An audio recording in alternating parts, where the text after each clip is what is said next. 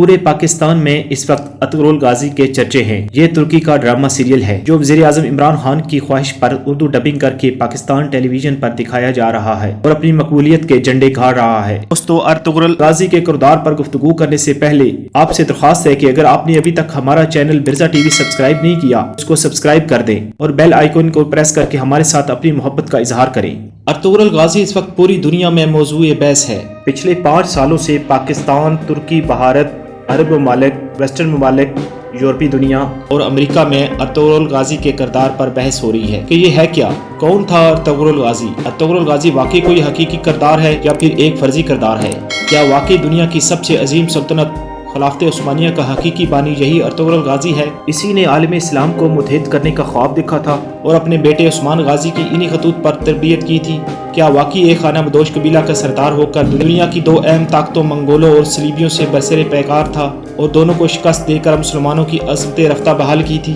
موجودہ دور میں یہ بحث اس لیے ہو رہی ہے کہ دسمبر 2014 میں ترکی کے سرکاری ٹی وی چینل DRT نے ایک ڈرامہ نشر کرنا شروع کیا، ڈرل ریس ارطغرل۔ یہ 2019 تک جاری رہا ہے۔ یہ ڈرامہ 5 سیشن پر مشتمل ہے۔ اس میں کل 150 ایپیسوڈ ہیں اور ہر ایک ایپیسوڈ کا ڈیوریشن تقریباً 2 گھنٹہ کا ہے۔ اب تک 160 ممالک میں اسے دیکھا جا چکا ہے۔ 90 سے زیادہ زبانوں میں اس کی باضابطہ ڈبنگ ہو چکی ہے۔ اس ڈرامہ کو دیکھ کر کئی لوگ اسلام قبول کر چکے ہیں۔ اس ڈرامہ کے رائٹر اور ڈائریکٹر محمد بوزدیگ ہیں اور اس کے اصل ہیرو انجن آلتن ہیں جنہوں نے ارطغرل غازی کا کردار ادا کیا۔ اس ڈرامے میں یہ دکھایا گیا ہے کہ 13ویں صدی میں کائی نام کا ایک ترک قبیلہ تھا جو منگولوں کے ظلم و ستم سے پریشان تھا۔ موسم، وبا اور پہاڑوں کی ٹھنڈک نے اسے پریشان کر رکھا تھا۔ بھیڑیں چرانا اس کا پیشہ تھا۔ اس قبیلہ نے امیر حلب سے زمین حاصل کر کے شام کے علاقے میں وہاں اپنے قبیلے کو آباد کیا، جہاں صلیبیوں سے مسلسل اس کی لڑائی رہی اور بالآخر اس قبیلے کے جانبازوں نے حلب کے علاقے میں صلیبیوں کے خفیہ قلعہ کو مسمار کر دیا۔ حلب کے شاہی محل کو صلیبی سازشوں اور غداروں سے نجات دلائی۔ اس قبیلہ کا سردار شاہ سلمان تھا جس کی جنگ سے واپسی کے وقت دریا میں ڈوبنے سے موت ہو گئی۔ اس کے بعد شاہ سلمان کا تیسرا بیٹا ارطغرل اس کا سردار بنا اور اس نے کچھ جنگجوؤں اور قبیلے کے کچھ لوگوں کے ساتھ اناطولیہ کی طرف سفر کیا۔ اسی علاقے میں اپنا قبیلہ آباد کیا۔ یہاں اس نے منگولوں اور صلیبیوں دونوں سے مسلسل لڑائی کی، دونوں کو شکست سے دوچار کرتا رہا اور کئی صلیبی قلعوں کو اس نے فتح کر لیا۔ فتوحات کا آغاز ارطغرل نے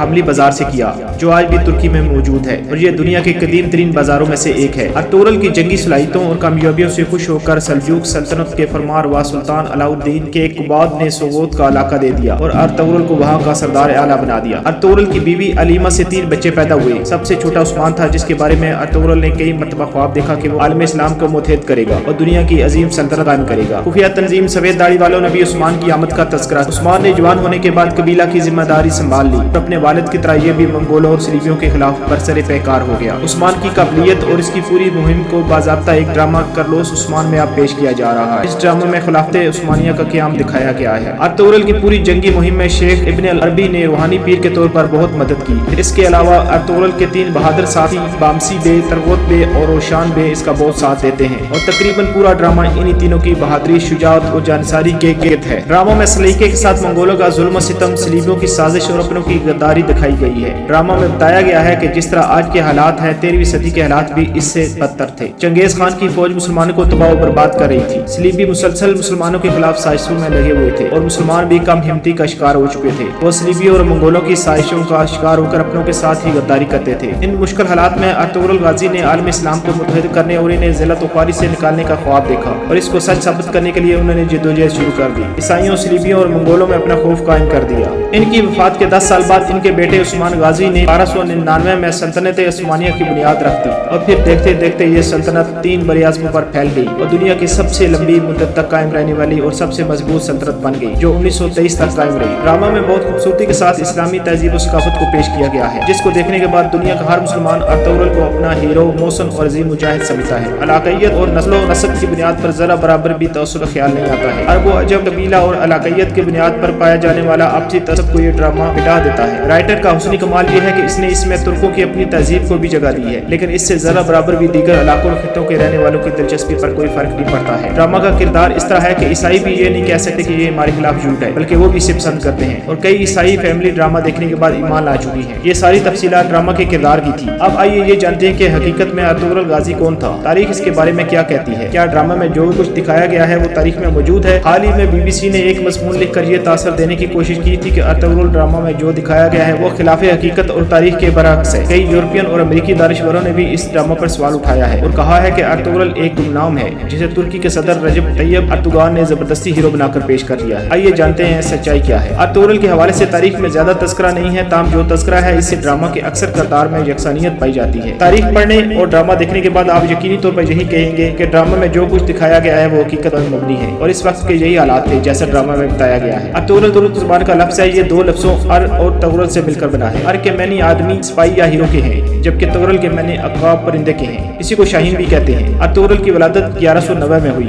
और वफात 1280 में, यानी 90 साल की उम्र में अर्तुगरुल गाजी एक बहादुर, नडर, बेखौफ, अक्लमंद, दलेर, ईमानदार और बारूद सिपाही था। वो सारी उम्र सल्जूकी सल्तनत का वफादार रहा। मौलाना अकबर शाह रजीब आबादी ने अपनी किताब तारीख इस्लाम में लिखा है कि अर्तुगरुल अपने 400 जंगजुओं के साथ अनातोलिया जा रहे थे। वहाँ उन्होंने देखा दो फौजें आपस में लड़ रही हैं। एक फौज जीत रही थी और दूसरी फौज शिकस्त खाने के करीब पहुंच चुकी थी। अर्तुगरुल ने इस वक्त अपने साथियों के साथ शिकस्त खुर्दा फौज का साथ दिया। अर्तुगरुल ने शिकस्त खुर्दा फौज का साथ मास अपनी फितरत की वजह से दिया कि वो कमजोरों और मजलूमों का साथ देना फर्ज समझता था। इसने ये जानने की कोशिश नहीं की कि ये फौज कौन सी है और इसके बदले क्या इनाम मिलेगा। अर्तुगरुल के हमले के बाद जीती हुई फौज शिकस्त से दो चार हो गई और जो फौज हार रही थी वो जीत गई। इस तरह जंग का पासा बदल गया। अर्तुगरुल ने जिस फौज का साथ दिया था वो सल्जूक सल्तनत की फौज थी और सामने मंगोलों की फौज थी। बाद मुअर्रिखीन ने सलीबी फौज लिखा है। बहरहाल सल्जूक सुल्तान अलाउद्दीन ने अर्तुगरुल की इस बहादुरी से खुश होकर इन्हें सोबूत का इलाका जगीर के तौर पर दे दिया और अपना सरदार आला मुंतखब किया। मशहूर मुअर्रिख कैरोलाइन फ्रेंकल लिखती हैं कि जिस अनातोलिया में ये तुर्क कबाइल पहुंचे थे वहाँ बहुत अरसे से कई नस्लों और मज़ाहिब के लोग आबाद थे, जिनमें यहूदी, आर्मेनियाई, कुर्द, यूनानी और अरब शामिल थे। इस इलाके के मगरब में माजी के मुकाबले में बहुत कमजोर बाज़ंतीनी सल्तनत थी जिसका अख्तियार अच्छे दिनों में अनातोलिया से होता हुआ शाम तक था और मशरक में सल्जूक जो अपने आप को रूमी सल्जूक कहते थे। 13वीं सदी के वस्त में मंगोलों के हाथों शिकस्त ने सल्जूकों को कमजोर कर दिया और मंगोलों को नजराने देने पर मजबूर हो गए थे। माजी की दो ताकतवर हुकूमतों का अख्तियार इनकी सरहदों के दरमियान वाक़ा गैर यकीनी सूरत-ए-हाल के इस इलाके में न होने के बराबर था, लेकिन ये सिर्फ जंगजुओं की इमाजगार नहीं था। मुहिम जोई करने वालों के अलावा यहाँ वो लोग भी थे जिनके पास जाने के लिए कोई और जगह नहीं थी। मोतबर तारीखी हवालों से ये भी मालूम होता है अर्तुगरुल का ताल्लुक तुर्क कबाइल की शाख काई कबीला से था और इनका खानदान बेग सरदार कहलाता था। ये कबीला अकीदतन अहले सुन्नत वल जमात से मुंसलिक और मसलकन हनफी था। तारीखी किताबों में अर्तुगरुल की जिंदगी के अहवाल और इनकी सरगर्मियों से मुतल्लिक ज्यादा मालूमात नहीं मिलती। अलबत्ता इनके बेटे उस्मान अव्वल के ढाले हुए सिक्कों से तारीखी तौर पर इनके वजूद की तस्दीक होती है। इन सिक्कों में उस्मान अव्वल ने अपने वालिद का नाम अर्तुगरुल ज़र्ब करवाया था। 7 सफ़ात पर एक कदीम दस्तावेज भी तुर्की में मौजूद है जिसमें अर्तुगरुल गाजी के मंगोलों और सलीबियों के साथ और इसकी जद्दोजहद का तज़किरा मौजूद है। कई मुअर्रिखीन ने लिखा है कि अर्तुगरुल गाजी इस्लाम की सरबुलंदी की खातिर जद्दोजहद कर रहे थे और इस वक्त के मौजूद तुर्क कबाइल से इनकी सोच बिल्कुल अलग थी। एक अजीम मिशन और मकसद के तहत वो तुर्क कबाइल को मुत्तहिद कर रहे थे और सलीबियों और मंगोलों के साथ लड़ते थे। इनकी आरज़ू थी कि एक अजीम इस्लामी सल्तनत का क़याम अमल में आए। वफात के 10 साल बाद सबसे छोटे बेटे गाजी उस्मान अव्वल ने इनका ये ख्वाब पूरा किया और एक अजीम शान सल्तनत उस्मानिया की बुनियाद रखी। तुर्की के शहर सोगोत में अर्तुगरुल के नाम की एक मस्जिद और एक मज़ार है।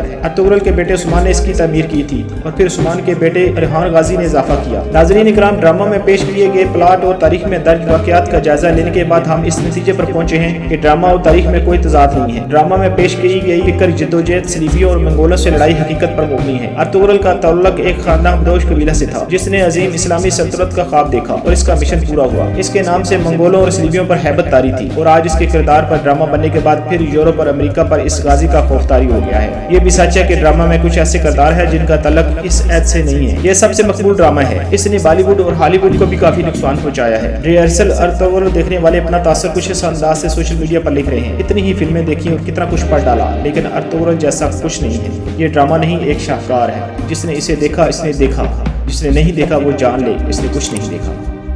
दोस्तों, इसी तरह की खबरों और मालूमात के लिए हमारे साथ जुड़े रहिए। मिर्ज़ा टीवी ऑनलाइन को सब्सक्राइब करें और बेल आइकन को प्रेस करें। अगली वीडियो तक के लिए अल्लाह हाफिज़।